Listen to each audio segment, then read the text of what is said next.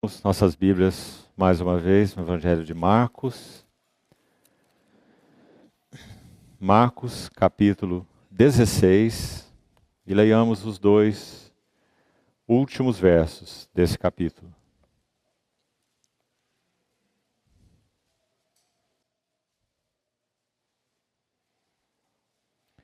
Marcos, capítulo 16, versos 19 e 20.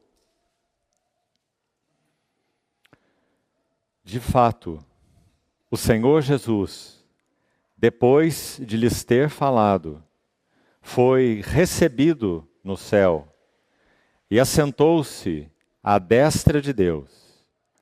E eles, tendo partido, pregaram em toda parte, cooperando com eles o Senhor e confirmando a palavra por meio de sinais que se seguiam.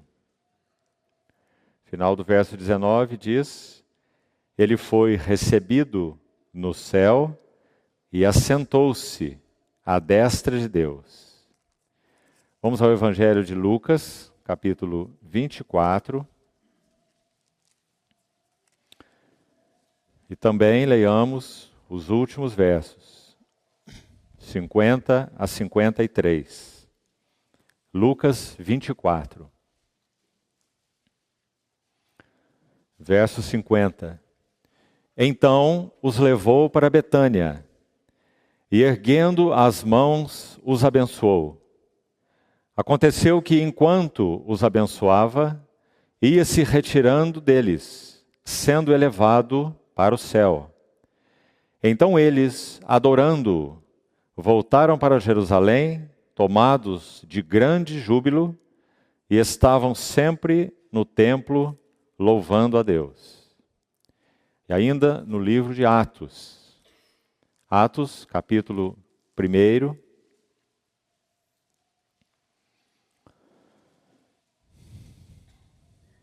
versos 9 a 11.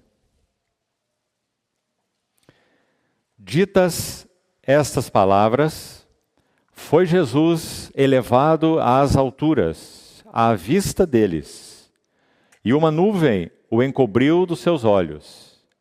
E estando eles com os olhos fitos no céu, enquanto Jesus subia, eis que dois varões vestidos de branco se puseram ao lado deles, e lhes perguntaram: varões galileus, por que estáis olhando para as alturas? Esse Jesus, que dentre vós foi assunto ao céu, assim virá do modo como vistes subir. Vamos orar.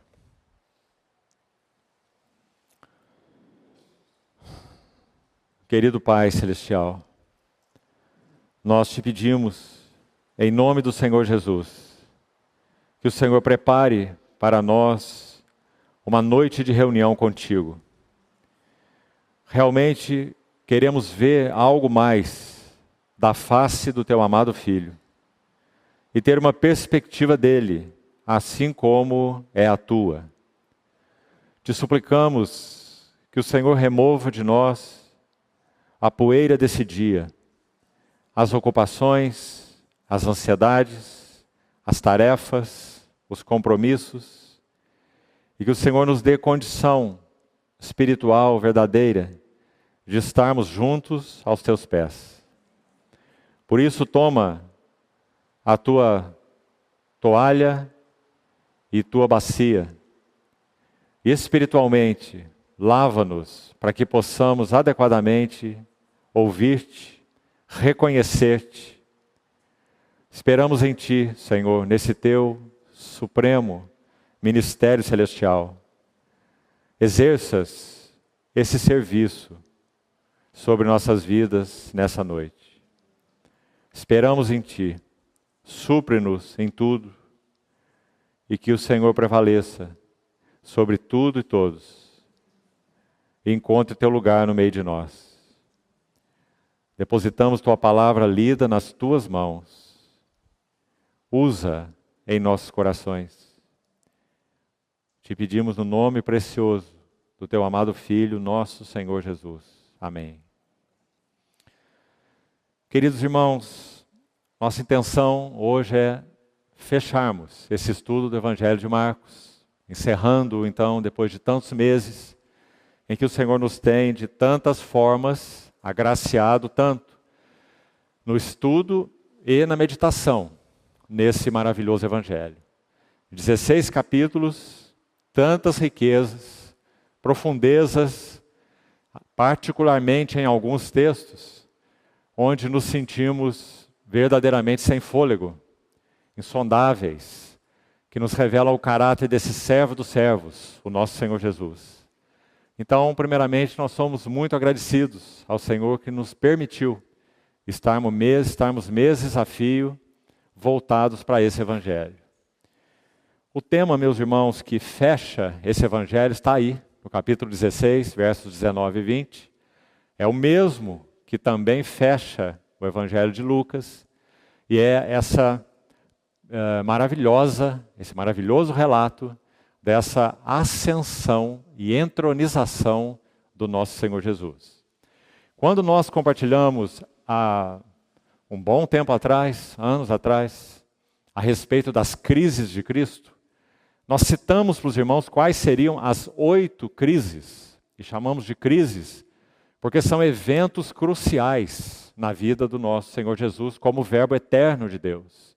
Começando desde a sua encarnação até essa última que iremos compartilhar nessa noite, que é a sua ascensão, e colocamos junto com ela, porque a necessidade que seja assim, a entronização do Senhor. Então, digamos, um evento duplo aí nessa última e 8ª crise, que seria a ascensão do Senhor e então, imediatamente, na sequência, a sua entronização, já que ele não ascendeu às alturas e foi oculto dos olhos daqueles que estavam em Betânia por aquela nuvem do céu que os encobriu, como acabamos de ler no livro de Atos, e ele ficou ali em cima das nuvens, não é? Ele imediatamente, como já lemos tanto em Marcos, quanto em Lucas, quanto em todos os textos do Novo Testamento, e são muitos, que mostram então que o nosso Senhor está assentado e entronizado à destra da majestade. Então a ascensão, ela se segue com um ato contínuo da entronização. Por isso colocamos dois juntos. Então quais seriam esses 8 eventos que nós já estudamos em tempos passados? Vou apenas nomeá-los de novo, sem entrar em detalhes. O primeiro é a encarnação. O Verbo se faz carne. Primeira crise do Verbo eterno. Maravilhosa crise. Ele se faz carne e habita entre nós. Depois nós temos o batismo. 30 anos depois da sua encarnação, assumindo natureza humana. Ele é batizado no Jordão pelo Batista, e essa também é uma crise, já que os céus se abrem. E aquela voz do céu testifica que esse homem, com 30 anos de idade, ele é ninguém menos do que o Filho amado do Eterno Pai. E não apenas isso, mas é o Filho amado em quem o Pai tem o seu pleno contentamento. A terceira crise é imediatamente após o batismo, e é a tentação. Claro que ela foi uma crise tremenda. Nosso Senhor tentado em 3 aspectos que dizem muito a respeito dele e a respeito da vitória da igreja nele. Então essa é a 4ª crise. Depois nós temos a transfiguração. Claramente uma nova crise, onde os céus se abrem de novo e a voz do céu é ouvida de novo, porque os céus não se contêm. Agora esse homem está com 33 anos. Então ele já exerceu 3 anos do seu ministério público, provado em todas as coisas, como diz o livro de Hebreus, e o céu se abre novamente e testifica de novo. Este é o meu filho, é o meu eleito, e a ele ouvi. E isso na presença de Moisés e de Elias. Então uma tremenda e significativa crise. Depois nós temos o Getsemane, quando a batalha da vontade é travada e o nosso Senhor Jesus reafirma ali, diante da sombra da cruz, o que ele na verdade sempre fez, que ele submeteria completamente a vontade dele à vontade do seu Pai. Não se faça a minha vontade, mas sim a tua vontade. Getsemane. Depois nós temos a morte, mais uma crise, é claro, uma tremenda crise. Deus meu, por que me desamparaste? A morte é vencida na morte de Cristo. Então essa é uma crise tremenda, especial, maravilhosa, única. Ele entra na morte. Número 6. Então nós temos a ressurreição que se segue, número 7, com tudo que ela implica, e foi exatamente o assunto recente dos irmãos que aqui compartilharam. Se ele não ressuscitou, tudo é vã a nossa pregação, é vã a vossa fé, e ainda permaneceríamos nos nossos pecados. E finalmente, após a ressurreição, a crise número 7, nós temos a 8ª. O Senhor, depois de ressuscitar e dar testemunho durante 40 dias, por 10 vezes, para grupos diferentes, do valor, do significado, da beleza da sua ressurreição, com um corpo glorioso, incorruptível, que venceu a morte, faz isso por 40 dias, em 10 eventos, que merecem ser estudados um a um, e então ele é ascenso ao céu. E aí estão os textos que nós acabamos de ler, Marcos, Lucas e Atos. 3 textos magníficos, mostrando a ascensão do nosso Senhor Jesus e como ela ocorreu. Então, imediatamente após ser ascenso, ele é imediatamente entronizado. Ele ocupa aquela posição única, à destra, da majestade nas alturas. Então, aqui já fizemos uma pequena introdução. Agora, meus irmãos, amados, gostaria que com muito cuidado nós pudéssemos, no tempo que tivermos hoje, palmilhar um pouco essa 8ª crise, ascensão e entronização. Sabe por quê? Mais uma vez nós temos aqui uma tendência grande em rebaixar, de alguma maneira, acho que até posso dizer minimizar, a pessoa humana do nosso Senhor Jesus.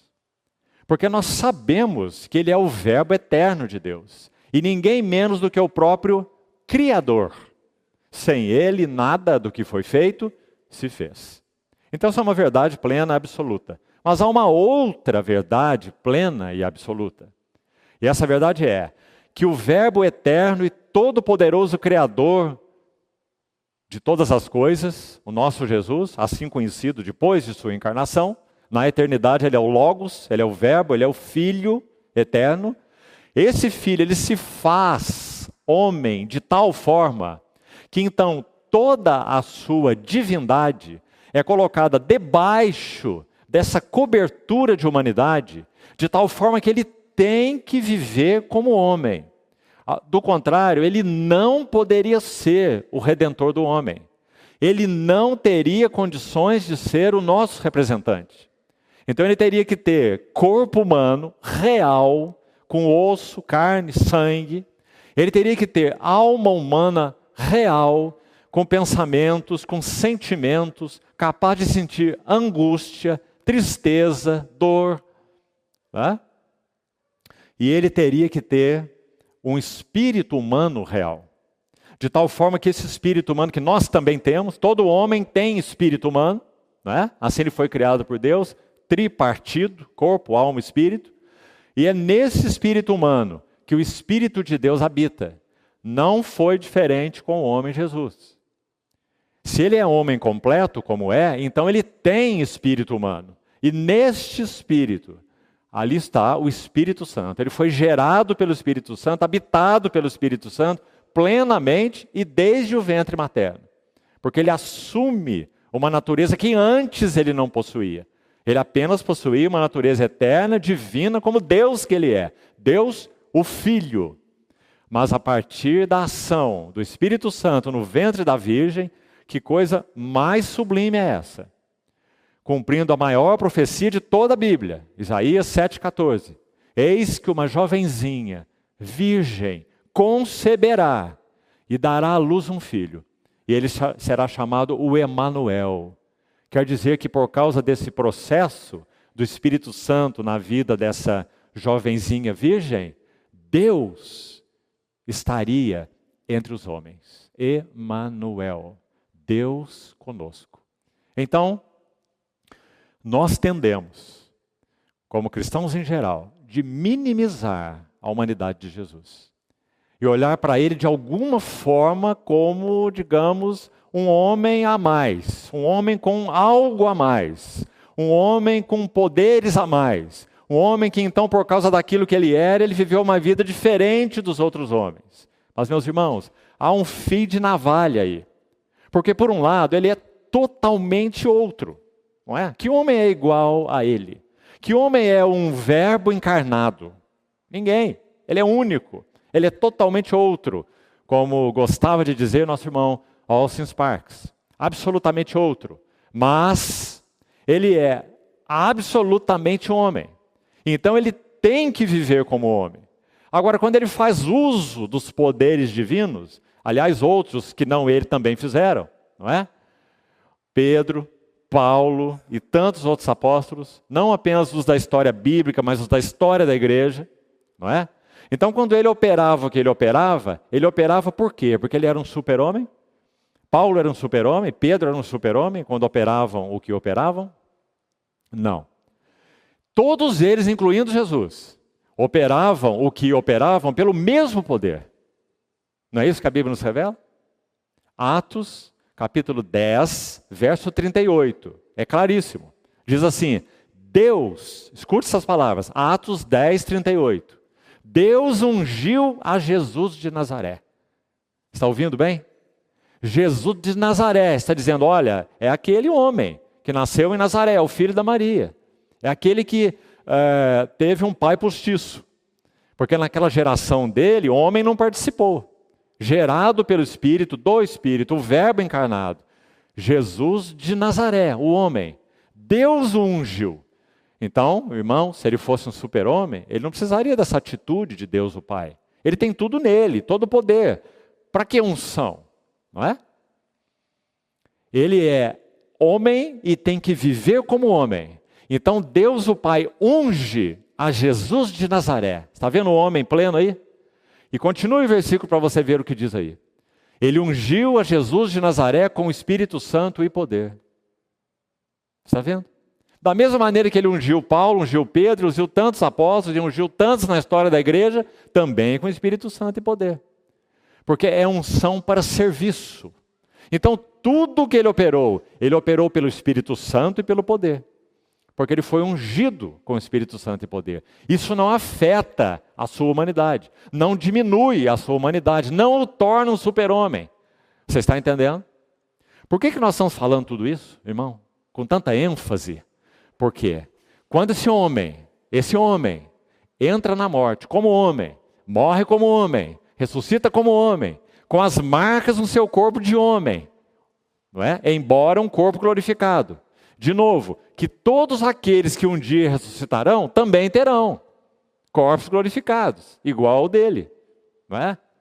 Então, quando ele ressuscita com esse corpo de homem, inclusive com as suas marcas, agora nós temos a cena maravilhosa, sublime, final. O que acontece com ele? Já falamos, ele dá testemunho primeiro, havia necessidade, 40 dias da sua ressurreição, em 10 eventos diferentes, e aí vem o evento final. Que não é operado por ele mesmo. O texto não diz assim, ele se elevou às alturas. É isso que está escrito aí? Não. É dito que ele foi elevado às alturas. Quem o elevou às alturas? Deus, o Pai. Onde mais está escrito isso? Filipenses 2,9. Deus o exaltou sobremaneira e lhe deu, não foi ele que se deu, mas Deus lhe deu um nome que está acima de todo nome. Você está vendo, irmão? Então, olha essa cena. O homem, assim como nós, que assumiu uma natureza humana plena, ele agora está sendo alvo de algo inusitado. Esse homem está sendo elevado às alturas, está sendo colocado naquele lugar mais sublime do universo, à destra da majestade nas alturas. Esse lugar é descrito de algumas maneiras na Bíblia. Por exemplo, João, em Apocalipse 5, nós cantamos um cântico referente a isso. Quando João tem aquela visão do cordeiro, ele diz assim, eu vi um cordeiro como tinha sido morto no meio do trono. Você se lembra? Irmãos, quem está lá? Por isso nós já enfatizamos, não minimize a humanidade dele. Quem está lá no meio do trono? Um homem. Por isso que Hebreus diz que nós temos nele a âncora das nossas almas, segura e firme, e que penetra onde? O que diz Hebreus 6? Além do véu. Que no livro de Hebreus significa, sabe o que é além do véu no livro de Hebreus? É a presença imediata da Shekinah, de Deus. O que você acha? Foi para lá que esse homem foi, é lá que esse homem está, estará eternamente. Então nós podemos dizer assim, com todo gozo dos nossos corações, e certeza, e segurança, e alegria, e tudo, há um homem à destra da majestade nas alturas. E porque ele está lá, nós estaremos com ele. Porque esse foi o seu futuro, esse também é o nosso futuro. Meus irmãos, vamos pedir ao Senhor que nessa noite nos ajude a ver isso com mais clareza. Não minimizando a humanidade do nosso Senhor Jesus, nesse aspecto. E nem a superestimando daquela outra maneira que já explicamos. Não é? Como que isso teria mesmo que acontecer com ele, porque afinal de contas ele é o verbo encarnado? Não, meus irmãos, não. Ele foi tentado em todas as coisas. Ele poderia no Getsêmani dizer, Pai, separar de ti eu não quero. Pai, separar de ti eu não posso. Pai, eu posso perder todas as coisas, mas eu não vou te perder. Ele poderia fazer essa escolha. É dele. E ele tem direito de fazer essa escolha. Ou não tem? É claro que ele tem. Não é? Mas o que ele escolheu? Ele escolheu, como homem, ser obediente até a morte. E morte de cruz. Não se faça minha vontade. Ele tem vontade, ele é homem. Mas não se faça minha vontade, mas sim a tua vontade. Irmãos, é por causa dessa determinação que nós fomos salvos. Bendito seja o nome do Senhor. Então vamos pedir ao Espírito Santo que clareie essa cena para nós. Um homem sendo exaltado à destra da majestade.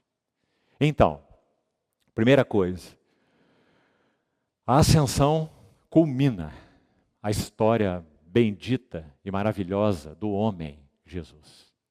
Aquela história que começou há 33 anos e meio atrás. 33 anos e meio. Quando ele completa 33 anos e meio, ele entra na morte. Com mais 3 dias ele ressuscita. E com mais 50 dias, 40 dias, ele é assunto ao céu. À destra da majestade.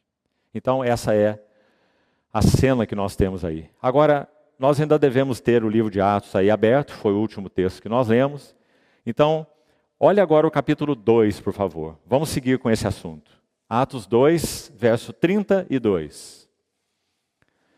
Depois de todo o impacto do Pentecostes, que veio logo depois desse relato da ascensão do nosso Senhor Jesus, que já lemos, Atos 1, de 9 a 11, né?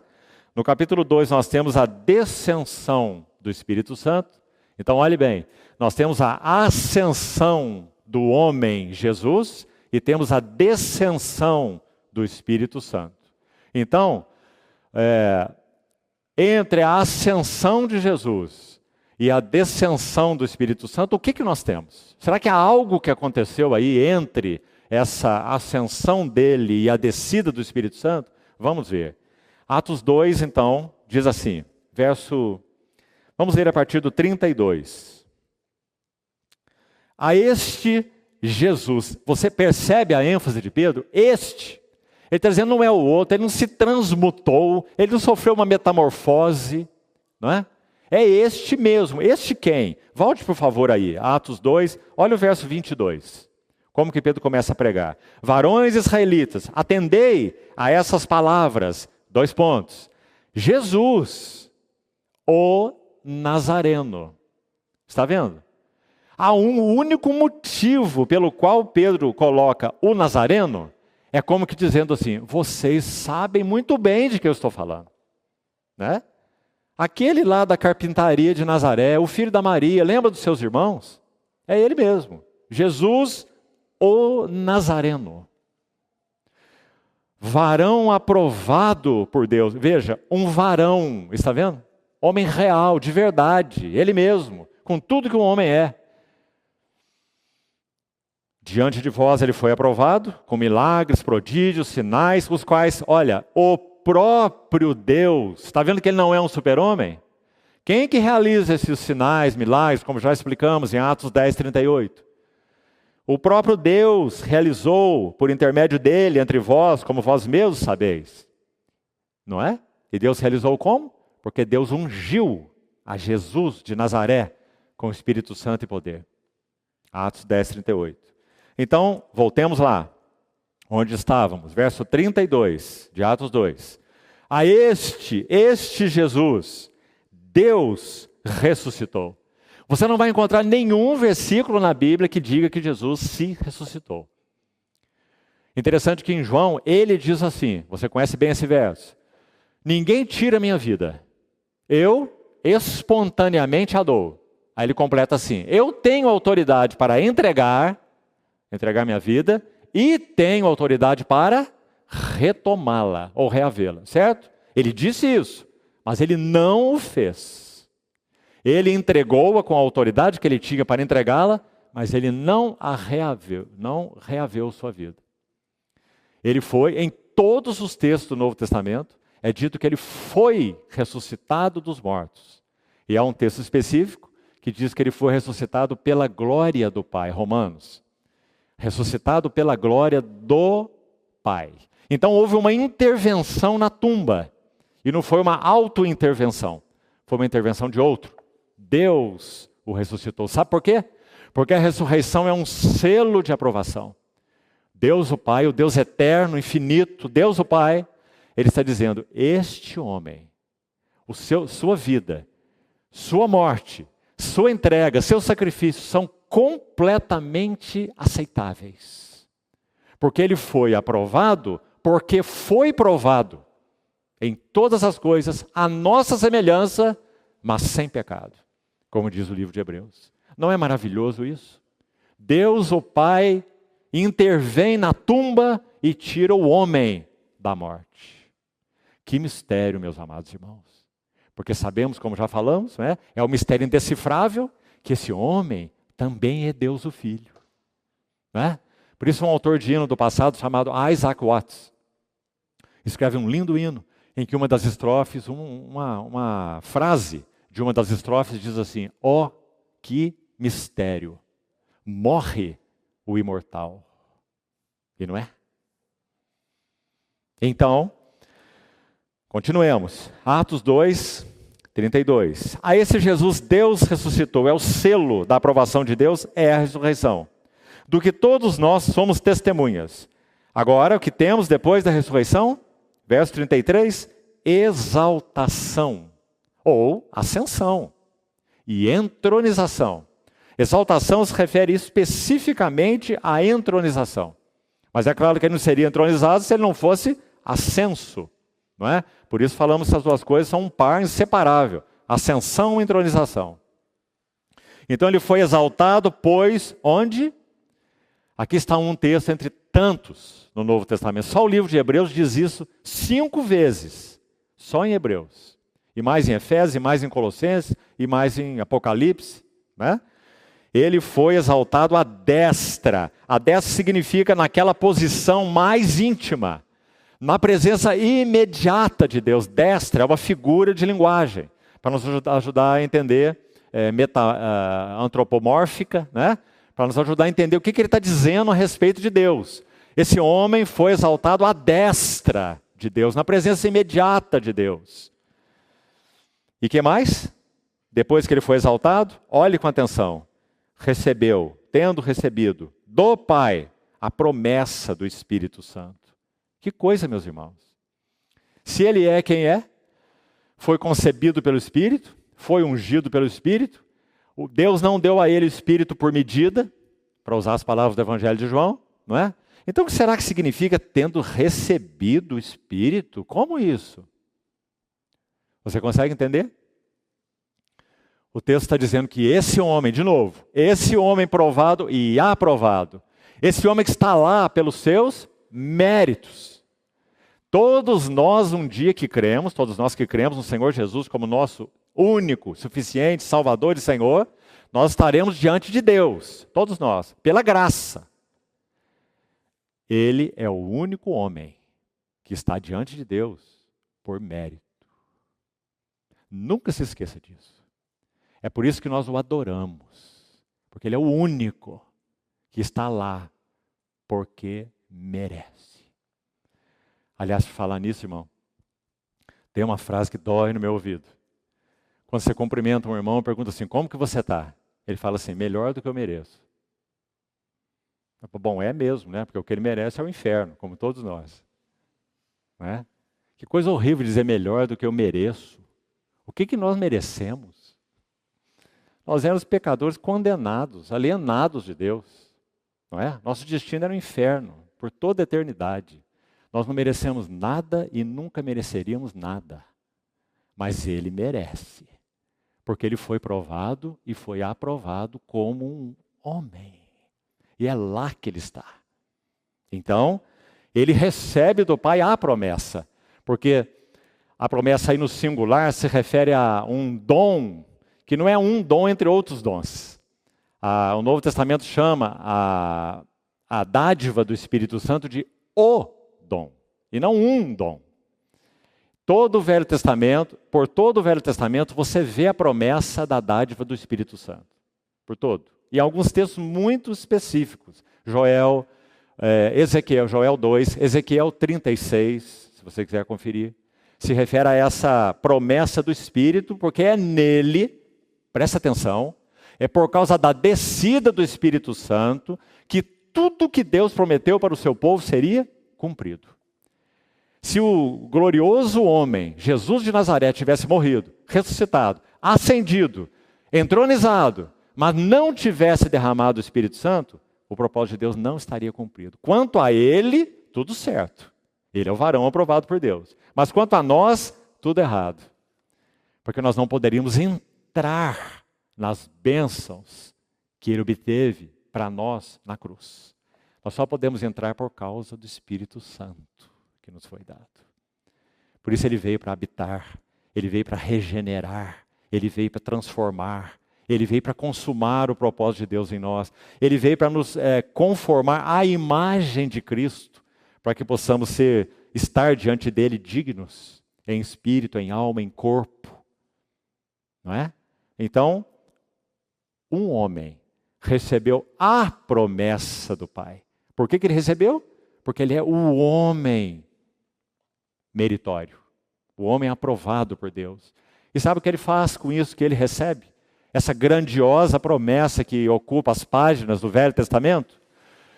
Ele faz aquilo que ele foi enviado para fazer como parte da sua missão. Está escrito aí no versículo. Ele derrama. É a próxima palavra linda desse versículo. Ele derrama isto que vedes e ouvis. Pedro vai dizer porque aqueles irmãos estavam lá falando naquelas línguas a respeito das grandezas de Deus, de tal forma que os que vinham de outros lugares podiam entender, né?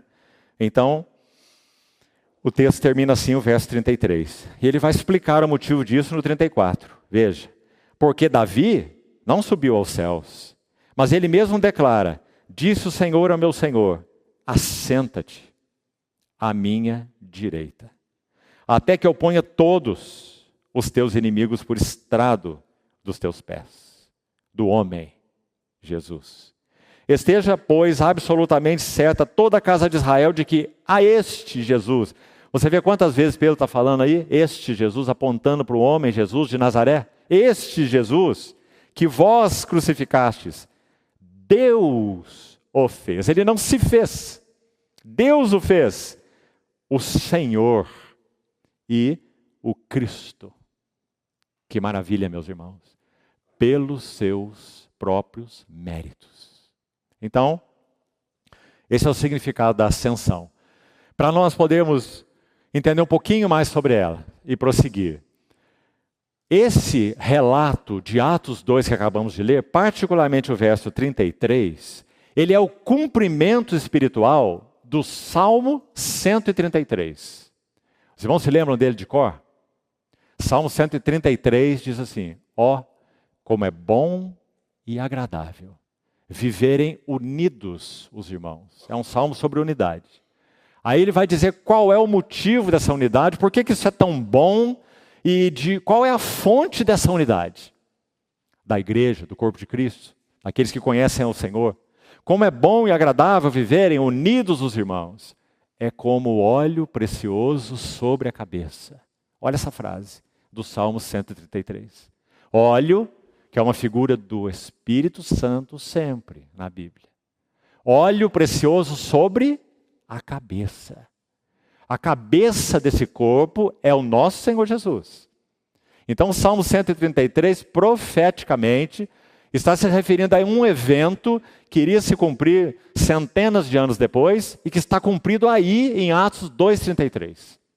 Quando o Filho do Homem é exaltado à destra de Deus e recebe o quê? O que nós vemos aí em Atos 2,33? Ele recebe a promessa do Espírito Santo. Óleo sobre a sua cabeça. Cabeça dele. Então o que ele faz? Ele derrama isso que veio dizer ouvir. O que o Salmo diz? É como óleo sobre a cabeça, presta atenção nas palavras, que desce pela barba, certo? E aí o Salmo vai especificar, vai dizer, a barba de Arão. Porque Arão é quem? O sumo sacerdote. Figura de quem? Do eterno sumo sacerdote, o nosso Senhor Jesus. Tema de Hebreus. Então está dizendo que o óleo desce pela barba, a barba de Arão, a barba do sumo sacerdote, mas graças a Deus não para aí. Não para na cabeça, não para na barba, porque tudo isso ainda é algo da cabeça, né? Mas diz, e desce até a orla das suas vestes. Esse é o Salmo 133. Não é maravilhoso? Porque quando diz que desce até a orla das suas vestes, está dizendo, o homem Jesus de Nazaré, exaltado à destra de Deus, que recebeu aquela santa promessa das páginas do Velho Testamento que todo o povo de Deus aguardava. Quando ele recebeu a promessa daquele óleo sobre a sua cabeça, ele desceu pela sua barba, porque ele é sumo sacerdote, que vive para interceder pelos seus. Então ele derramou esse mesmo óleo até as orlas das suas vestes. Meus irmãos, o Espírito que habita em nós, que cremos em Jesus, é o Espírito de Jesus Cristo, o vitorioso. É o Espírito daquele que venceu a morte.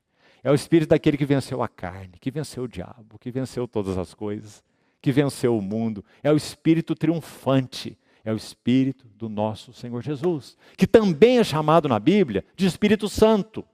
Então, por favor, não faça confusão. Só há um Espírito. O Espírito de Deus, o Espírito Santo, o Espírito de Jesus Cristo é o mesmo. Ele é chamado de formas diferentes. Não são três Espíritos. Espírito Santo, Espírito de Deus o Pai, Espírito de Deus o Filho.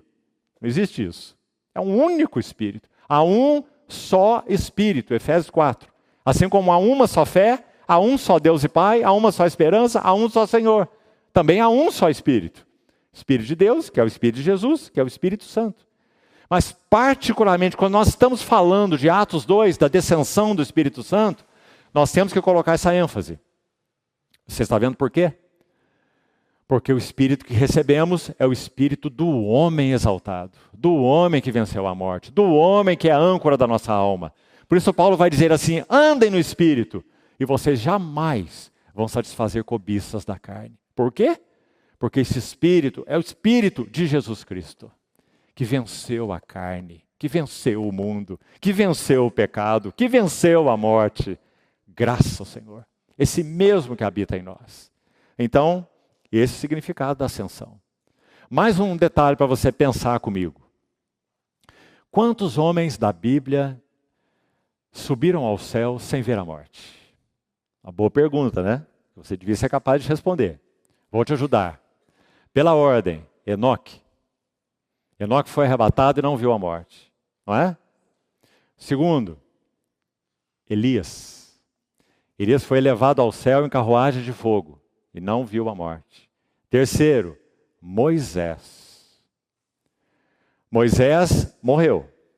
Mas é dito no livro de Judas, na Epístola de Judas, no verso 9, que o arcanjo Miguel disputou com o diabo o corpo de Moisés.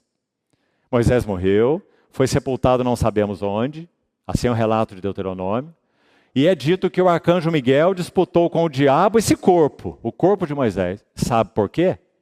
Porque esse corpo seria tomado da morte, glorificado, levado ao céu, para que ele pudesse dar o testemunho no monte da transfiguração. Quando Moisés e Elias deram testemunho a respeito da glória do nosso Senhor Jesus. E não só isso, eles viram algo da glória do nosso Senhor Jesus e eles conversaram com o Senhor Jesus a respeito da sua cruz, ou do seu êxodo, que ele iria cumprir em Jerusalém, como diz Lucas capítulo 19.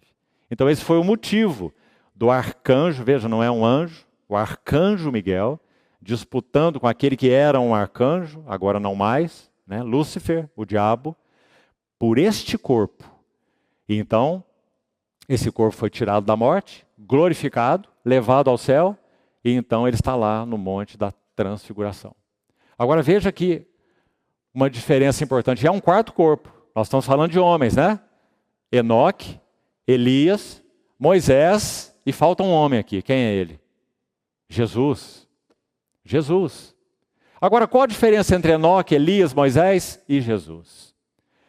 É que Enoque, Elias e Moisés, podemos dizer, venceram a morte. Certo? 2 arrebatados, como já falamos, um morreu, seu corpo foi tomado, foi glorificado pessoalmente, a pessoa de Moisés, e foi colocado na glória, na presença de Deus. E então, se mostra no Monte da Transfiguração. Agora, qual a diferença então entre esses 3 e Jesus, que também é homem como eles, né? E que viveu a vida humana e que morreu como homem?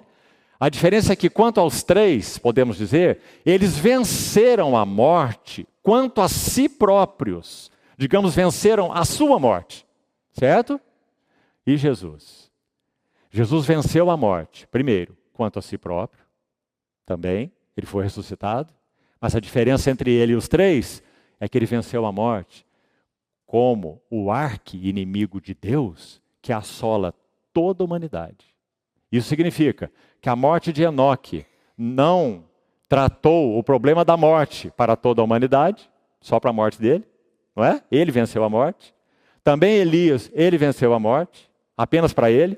Também Moisés venceu a morte, apenas para ele. Nosso Senhor Jesus venceu a morte quanto a ele próprio, ele ressuscitou, e ele venceu a morte como o rei dos terrores. Aliás, essa é a frase tão linda de um irmão do passado, já li há tantos anos que eu nem lembro de quem. Ele disse assim: a morte, o rei dos terrores, foi feita em Cristo mensageira da bem-aventurança eterna. Por quê? Porque a morte de Jesus derrubou a morte como um princípio espiritual. E isso Enoque não fez, Elias não fez e Moisés não fez. Compreendeu? Então Jesus destrói a morte na sua morte. A morte da morte na morte de Cristo, como já diria John Owen. Meus irmãos, vamos dar mais um passo. Vamos ver até onde conseguimos chegar, esse assunto tão tremendo. Quando esse homem entra no céu, como o homem perfeito de Deus, o que acontece? Vamos ver se conseguimos compartilhar aqui nessa meia hora que temos 5 notas sobre a entrada desse homem no céu. Eu gostaria muito de enfatizar a entrada desse homem no céu. Homem no céu. Até a destra de Deus. Primeiro, a humanidade foi nele glorificada. Por isso nós falamos, hoje nós podemos cantar, há um homem, homem mesmo, nos céus, em glória, à destra da majestade, âncora da alma de todos aqueles que creem nele, que confiam nele. Então, pense comigo de novo. Vamos tomar cuidado aqui para não entrar em terreno especulativo. Então nós vamos só até certo ponto, porque a partir daí nós vamos ficar sem assistência, nossa mente não vai alcançar. Um dia nós vamos compreender. Mas pense comigo até onde é possível. Se o Filho de Deus, ele é uma pessoa divina na Trindade, Deus o Pai, Deus o Filho, Deus o Espírito Santo. 3 pessoas distintas. O Pai não se confunde com o Filho, o Pai não é o Filho não é o Pai, senão não teríamos 3 pessoas. Então Deus o Pai, Deus o Filho, Deus o Espírito Santo. Distinção de pessoas, mas um único Deus. Não 3 deuses e nem um Deus de 3 cabeças. Um único Deus. Outro mistério. Não é? Então agora pense comigo. O mistério está ampliado. Porque agora uma dessas pessoas divinas, Deus o Filho, ele assume uma natureza que antes ele não tinha. No ventre da Virgem. Ele assume natureza humana. Irmãos, uma das verdades mais gloriosas sobre a pessoa dele, sabe qual é? É a sua unipersonalidade. Não são 2 pessoas em uma. Compreende? Não é uma pessoa que se chama Filho de Deus e a outra pessoa se chama Jesus de Nazaré. Aí são 2 pessoas. Não é? Jesus teria dupla personalidade. Não é? Então aqui está outra faceta do mistério. São 2 naturezas. O Filho de Deus eterno e o homem. Né? Então essas naturezas são colocadas juntas de tal forma que elas não se fundem, não se misturam e não se confundem. Mas ele tem uma única personalidade. É a pessoa do Verbo encarnado. Então, se ele é Deus o Filho eterno, que agora assume natureza humana, olha aqui comigo. Quando ele é ascenso, o que acontece? A humanidade nele é glorificada. E agora a única expressão que consigo usar, e quero fazer com toda reverência, e sem especulação. Agora, a humanidade faz parte da Trindade. Você já pensou nisso? Ou será que isso não é verdadeiro? Se não faz, então onde está a humanidade do nosso Senhor Jesus? Não é? Ele só tem uma personalidade, ele é uma pessoa única. Ele é o Verbo encarnado, o Deus eterno feito homem. Não é? Uma pessoa. Então, nele, a humanidade foi glorificada. Nele, na pessoa dele, isso é exclusivo dele, não vale para nós, neste caso. Na pessoa dele, a humanidade participa da Trindade. Que coisa mais maravilhosa é essa e que mistério. Agora, a partir daqui, nós temos que pôr um ponto final, porque é algo que nós não conseguimos explicar. Né? Porque a humanidade não é eterna. A humanidade dele começou no ventre da Virgem. Certo? Mas ela foi de tal forma provada, aprovada, glorificada, de tal forma que ele então, quando se assenta à destra da majestade, a humanidade está nele, sempre estará nele e eternamente estará nele, porque essa é a pessoa dele. Antes ele só tinha uma natureza, Deus o Filho, mas agora ele tem 2 naturezas. Ele é Deus o Filho e é homem. Antes ele não era homem. Mas a partir do ventre da Virgem, ele é homem e sempre será homem. Deus, homem. Nosso Senhor Jesus. Único. Maravilhoso. É o nosso Redentor. Por isso, meus irmãos, anjo nenhum poderia redimir o homem. Deus, sozinho, não poderia redimir o homem, apesar de todo o seu poder. Para redimir o homem, tem que ser homem. Senão, como pode representar o homem? Como pode se oferecer pelo homem? Fazer o trabalho que o homem não pode fazer? Deus fazer o trabalho do homem é fácil para Deus. Deus é Deus. Não é? Quem tem que fazer o trabalho do homem é o homem. Então nós só poderíamos ser redimidos por alguém que fosse homem. Mas também nós só poderíamos ser redimidos por alguém que fosse Deus. Porque a dívida do homem é para com Deus. Quem pode pagá-la? Só Deus. Então nós tínhamos que ter um Redentor, que fosse ao mesmo tempo Deus e ao mesmo tempo homem. E esse é o nosso Senhor Jesus. Deus, homem, eternamente. O nosso Redentor, único, assentado à destra da majestade. Então, aí está. Primeira coisa, então, que eu gostaria de destacar nessas 5 notas, eu já citei, mas quero frisar agora. Ele entra lá, recebido no céu, por seus próprios méritos. Então, o primeiro texto que eu queria lembrar aos irmãos sobre isso é Efésios capítulo 1. Acho que nós podíamos abrir. para não ficarmos só citando. Faria muito que você visse na sua Bíblia. Abra, por favor, rapidamente, Efésios 1. Olha o que diz esse texto a partir do verso... Vamos ler do 19. Efésios 1, 19. Paulo está orando pelos Efésios, pedindo que eles sejam iluminados, para que eles saibam algumas coisas. E, inclusive, no verso 19 diz: qual é a suprema grandeza do seu poder? O sujeito aí desse seu é Deus o Pai, que ele já colocou lá em cima no verso 17. Então, qual é a suprema grandeza do poder de Deus o Pai, para com os que cremos, segundo a eficácia da força do seu poder, de novo é o poder de Deus o Pai. Verso 20, que ele exerceu em Cristo. Preste atenção, está vendo de novo? Cristo não se ressuscitou.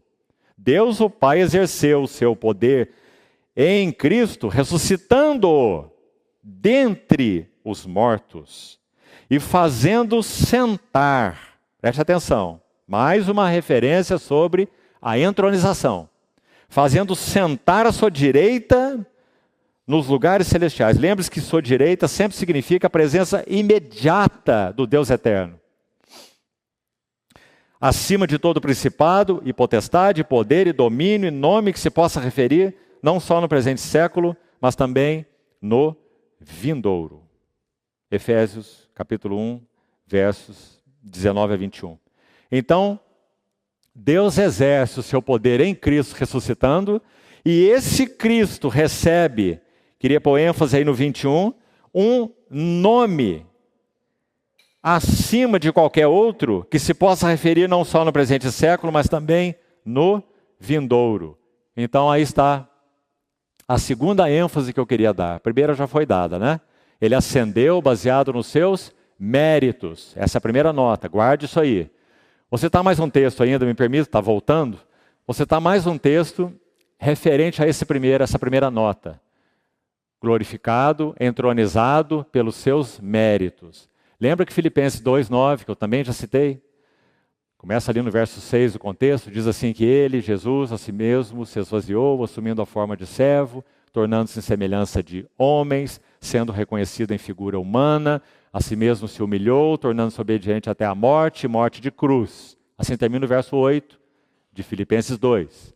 Aí o 9 diz assim, pelo que, olha esse pelo que. Algumas versões diz, por isso, né? Por isso o quê?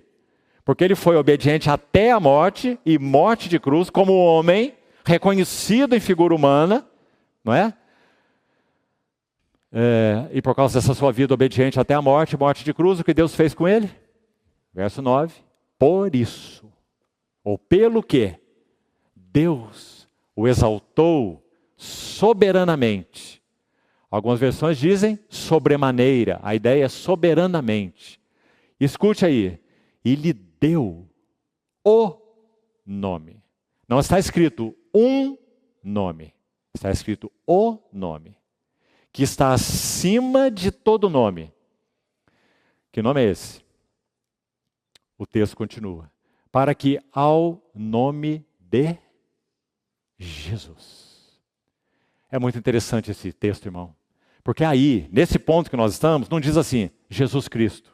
E também não diz assim, Senhor Jesus. Sabe por quê? Porque aí não quer se colocar ênfase, nem que ele foi feito Senhor, nem que ele é o Messias, nem que ele é o Cristo, nada. Está dizendo que esse homem aí, o Jesus de Nazaré, Deus deu a ele o nome, que está acima de todo nome, para que é o nome de Jesus. Esse nome simples, o homem, Jesus de Nazaré. Diante dele se dobre todos os joelhos, todo joelho, no céu, na terra, debaixo da terra, e façam essa confissão que está escrita aí. E toda língua confesse. Aí sim vai dizer, Jesus, o Cristo, Jesus Cristo é o Senhor. E toda língua fará isso para a glória de Deus o Pai, porque foi Deus o Pai quem o glorificou, quem o entronizou, quem o fez assentar à sua destra nos lugares celestiais. Então, como poderia haver qualquer nome, qualquer língua, qualquer joelho que não pudesse confessá-lo e não pudesse se dobrar. Impossível. Por causa de quem ele é. Né? Então, ele foi investido. Segunda característica agora. Primeiro, ele entrou pelos seus méritos. Segundo, ele recebe uma investidura com um nome. E esse nome é Jesus. Alguns irmãos mais antigos aqui talvez conheçam um cântico. E a letra desse cântico é Jesus. Não tem mais nada nesse cântico. Só Jesus. Você já ouviu esse cântico? Jesus, Jesus, Jesus. Só Jesus, o tempo todo. Não é? Esse nome sublime, esse nome doce. Para que ao nome de Jesus se dobre todo joelho. No céu, na terra, debaixo da terra. E toda língua confesse. Jesus Cristo é o Senhor. Para a glória de Deus Pai. Que coisa maravilhosa, irmãos. Nós veremos joelhos e joelhos e joelhos se dobrando na sua segunda vinda. Mas qual é o nosso privilégio? É que hoje os nossos já se dobraram. E já confessaram. E confessam diuturnamente. Jesus, o Cristo e Senhor. Louvado seja o seu nome. Então, ele entra por seus méritos, primeiro. Segundo, ele recebe a investidura de um nome, como diz Filipenses 2. Então, meus amados irmãos, adoremos esse nome. Nos prostremos diante desse nome. Sejamos gratos a esse nome, Jesus. Terceiro, esse homem tem e sempre, eternamente, terá no seu corpo marcas. As marcas da redenção. Na sua fronte, onde os espinhos foram cravados, no seu lado, nas suas mãos, nos seus pés, são suas feridas. Ele sempre levará em si essas cicatrizes. Como nós sabemos? 2 textos são claríssimos. O primeiro, para ganharmos tempo, vou só citar, depois você leia, Lucas 24. Quando nosso Senhor Jesus, em uma das suas aparições, depois de ressurreto, ele aparece aos seus discípulos, e ele então diz para que eles vejam suas mãos, seus pés, seu lado. Faz um apelo particular a Tomé, que coloca a sua mão nas feridas, o seu dedo no seu lado. E aí há uma expressão muito, muito especial ali em Lucas 24. Depois ele dizer, ponham sua mão, vejam minhas feridas. Aí ele vai dizer assim, sou eu mesmo. Sou eu mesmo. O corpo que entrou na tumba, o corpo que foi castigado, o corpo que foi ferido, traspassado, mantém as marcas da redenção no seu corpo glorificado. Sabe, irmãos, nós não teremos nenhuma dúvida em reconhecer quem é Jesus no céu. Porque só Ele tem essas marcas. Só Ele tem essa glória de Redentor. O Cordeiro, esse é o segundo texto, claro, Apocalipse 5. Esse que eu citei, Lucas 24. O próximo é Apocalipse 5. Quando João vai dizer, eu vi no meio do trono um cordeiro, como tinha sido morto. Vai estudar essa expressão para você ver. O que João está dizendo é, eu reconheço muito bem. Eu estava lá, aos pés da cruz, quando o lado dele foi rasgado, aberto com aquela lança, e do seu lado saiu sangue e água. E João vai dizer, e aquele que isto viu, testifica. E é verdadeiro o seu testemunho. Não é lindo? Agora em Apocalipse vai dizer, eu vi o cordeiro no meio do trono, como tinha sido morto. As marcas da cruz, as marcas da eterna redenção no Cristo entronizado. É essas que nós também veremos. Então essa é a terceira característica. Mais uma. Abra comigo, por favor, o Salmo 68. E essa quarta característica se refere ao triunfo do Senhor sobre todos os seus inimigos. Todos. Quando ele é ascenso, o Salmo 110 já profetizou, o Salmo de Davi, disse o Senhor, Yahvé, ao meu Senhor Adonai. São as palavras que são usadas lá na língua original. Então, o que esse Yahvé fala para Adonai?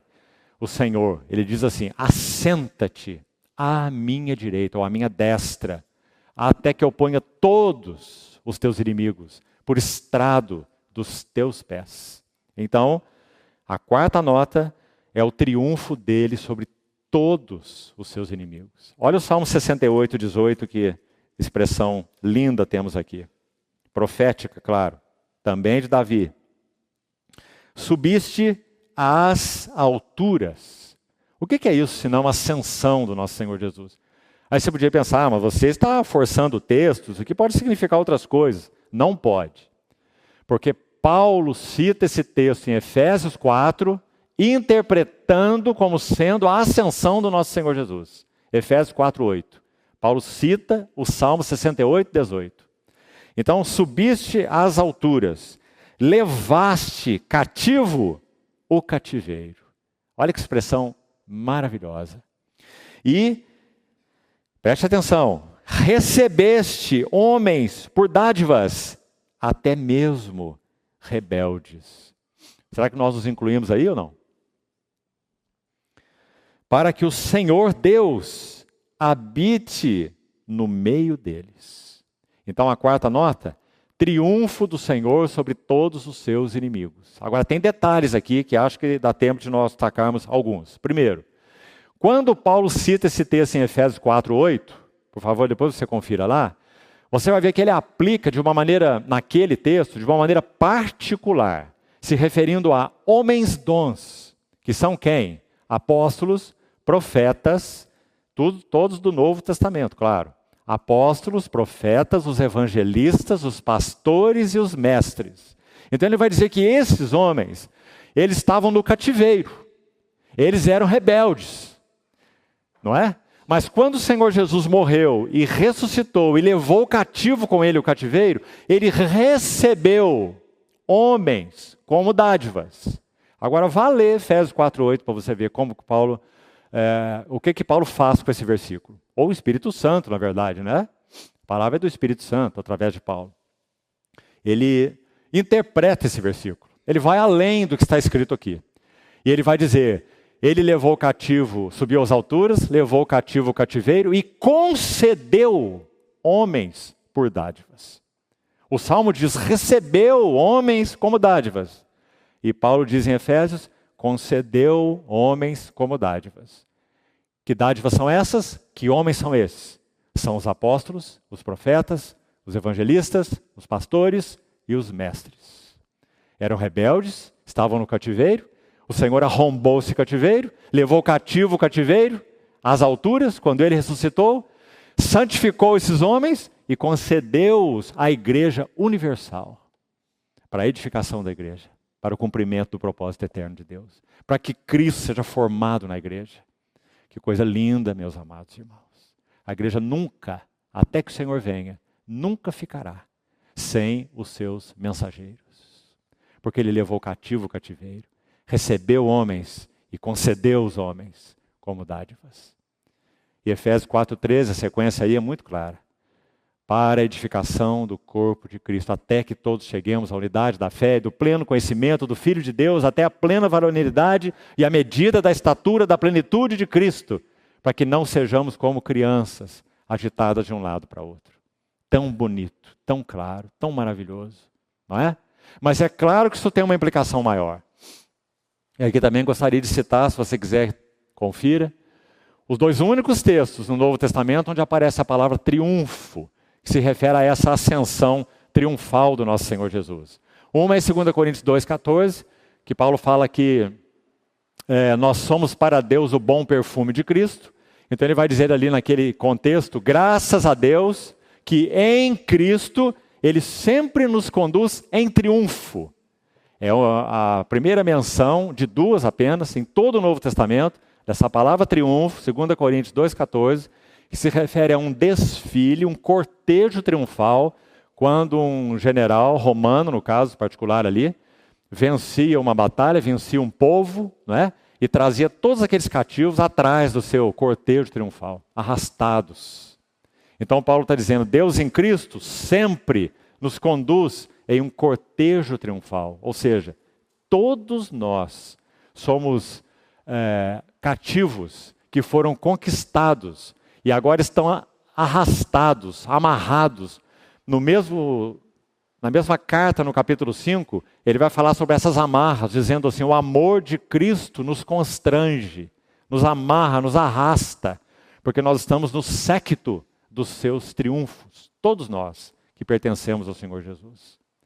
Irmão, se Ele é o capitão vitorioso, nenhum daqueles que são do seu séquito irá nunca se perder. Ninguém os poderá arrebatar do seu séquito, das suas mãos. Mas há um outro lugar em que Paulo usa a palavra triunfo. E é ali em Colossenses capítulo 2, que você conhece bem, cantamos esse texto também. Colossenses 2, 14 e 15, o único outro lugar. É dito que o nosso Senhor Jesus cancelou o escrito de dívida que era contra nós, nos constava de ordenanças que nos era prejudicial, removeu inteiramente, encravando na cruz, e tendo despojado os principados e as potestades, publicamente os expôs ao desprezo, triunfando, aí está a palavra, triunfando deles, principados e potestades, triunfou deles na cruz. Mas a segunda menção, então, dessa palavra, tão singular. Por um lado, mostrando a igreja no séquito dos seus triunfos, certo? Por outro lado, mostrando todos os seus inimigos vencidos e arrastados, como parte dos seus triunfos eternos. Principados, potestades, despojados e arrastados em um cortejo triunfal. Porque ele os despojou, tirou as suas insígnias de autoridade. Eles não têm nenhum poder sobre os santos. Porque nós não somos cativos deles. Nós somos cativos de Cristo. Então, isso é o número 4. E por último, número 5. Eu vou dar apenas referências para os irmãos e citar qual seria essa quinta nota. Depois que Jesus ascende e é entronizado, é que ele assume o seu ministério celestial, sumo sacerdotal. Guarde isso também. Hebreus diz que o nosso Senhor Jesus é o apóstolo, lembra de Hebreus 3:1? E é o sumo sacerdote da nossa confissão. Lembra-se? Quando Hebreus diz que ele é o apóstolo, apóstolo significa enviado. Então, nosso Senhor Jesus, como apóstolo, é aquele que foi enviado de Deus. Aliás, ele disse que ele era o enviado. O enviado de Deus fala as palavras de Deus. Foi o que ele disse. Então, ele veio como apóstolo, enviado. Mas ele retornou, ascenso e entronizado, como o sumo sacerdote. Compreendeu? Por isso que o livro de Hebreus, tão lindo, vai enfatizar, é o livro por excelência, que enfatiza o ministério celestial, sumo sacerdotal de Cristo. E vai dizer assim, por exemplo, ele vive para interceder por nós. Porque ele é o sumo sacerdote de Deus, segundo a ordem de Melquisedeque, que não tem nada a ver com os sumos sacerdotes humanos. Ele pode salvar totalmente os que por ele se chegam a Deus. Nós temos no trono da graça um grande sumo sacerdote que, escute, penetrou os céus, está vendo? Depois que ele penetra o céu é que ele inicia o seu ministério sumo sacerdotal, intercedendo por aqueles que ele redimiu. Graças a Deus. Então aí está o livro de Hebreus com essas referências. Para concluir então, Hebreus 2, quem sabe domingo pela manhã com mais calma podemos partilhar algo sobre isso. Hebreus 2, versos 17 e 18. Primeira referência clara sobre o sumo sacerdócio de Cristo está aí, nesse livro. Hebreus 2, 17 e 18. Depois você veja, Hebreus 4, versos 14 e 16. Cantamos um cântico que tem base aí. Em seu trono de graça ele está, Quando nós nos achegamos a esse trono do grande sumo sacerdote, nós encontramos misericórdia e graça para socorro em ocasião oportuna, né? Veja também Hebreus 5, de 5 a 10, é um contexto também maravilhoso. Hebreus 5, de 5 a 10. Veja também Hebreus 7, de 23 a 28, outro lindo texto, que mostra que as coisas celestiais são purificadas com o sacrifício desse nosso Senhor Jesus, que hoje é o sumo sacerdote celestial. Hebreus 8, 1 e 2, vai dizer que nós temos um sumo sacerdote assentado à destra da majestade como ministro do santuário. Olha a beleza dessa frase. Infelizmente não vamos ter tempo hoje para ver isso. Ele, como sumo sacerdote, é ministro da sua casa, ou ministro do seu santuário. Sabe o que ele ministra como sumo sacerdote ascenso, entronizado, lá à destra de Deus? Ele ministra para o seu santuário, segundo Hebreus 8, perdão de pecados, vida e poder e conhecimento de Deus. Perdão de pecados, vida e poder e conhecimento de Deus.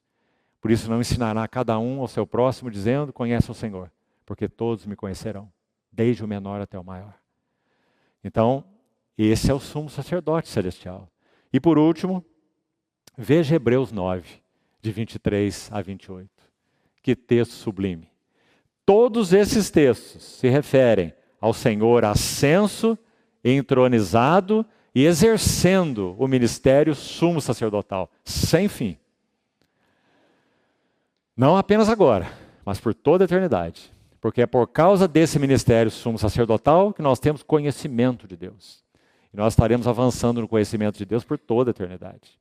Por causa desse mediador sumo sacerdote. Então, meus irmãos, há muito assunto aqui. Apenas esses textos que citamos por último aí, nós já teríamos pelo menos mais umas 2 mensagens sobre esse assunto. Então, entendemos do Senhor de concluir hoje esse estudo do Evangelho de Marcos. Então faça agora o seu próprio estudo com esses textos. Sobre o significado da ascensão e do ofício sumo sacerdotal celestial de Cristo sobre o seu santuário. Nós, a igreja, pela qual Ele intercede. Bendito seja o nome do Senhor. Vamos orar. Obrigado, querido Pai Celestial, porque Teu Filho foi constituído não segundo lei de mandamento carnal, mas segundo o poder de uma vida indissolúvel. O nosso grande, eterno, sublime e supremo sumo sacerdote, que penetrou os céus. Obrigado por Tua humanidade santa. Obrigado porque Tu és esse homem à destra da majestade nas alturas. Obrigado porque temos uma âncora eterna, firme, totalmente segura, independente de qualquer coisa, de qualquer circunstância, de qualquer pessoa. Obrigado porque nós estamos fora da vista de demônios, principados, potestades, morte, mundo, mal, pecado, carne, velho homem. Obrigado, Senhor, pelo tamanho do Teu triunfo. E obrigado porque nós estamos aí no séquito eterno dos Teus triunfos. Bendito seja o Teu santo nome. Obrigado por sabermos que Tua igreja é tão invencível quanto o Senhor é invencível. É tão gloriosa quanto o Senhor é glorioso. Louvado seja o Teu nome.